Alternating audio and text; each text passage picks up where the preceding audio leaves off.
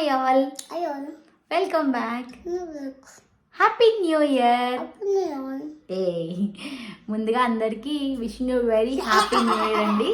So మీకు 2023లో ఏది best memory కూడా నాకైతే కమెంట్ చేయండి.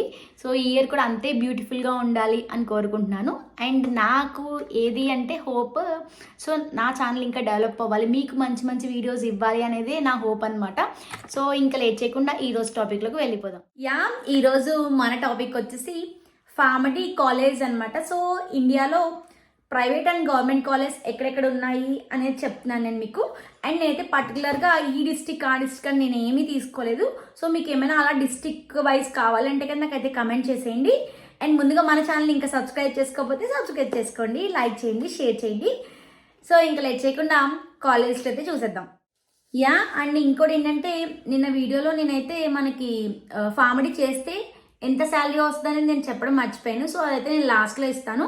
సో ప్రైవేట్ కాలేజ్ చూద్దాము.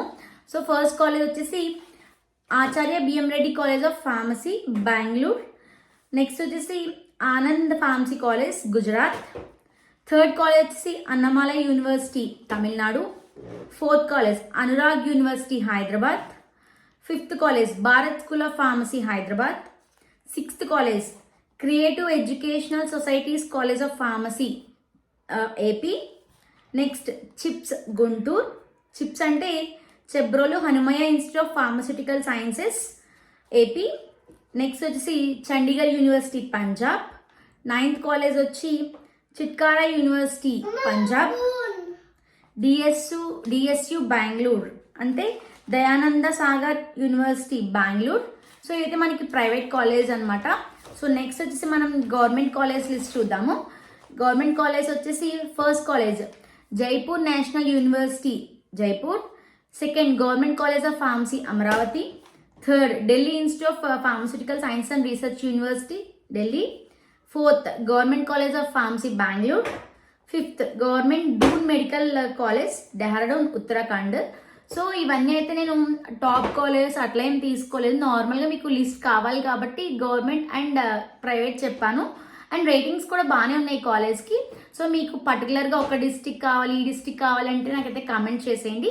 అండ్ ఇంకోటి ఏంటంటే శాలరీ చెప్తాను కదా. సో మన ఇండియాలో అయితే పెర్ ఇయర్ వచ్చేసి 2 to 10 lakhs అయితే ఉంది.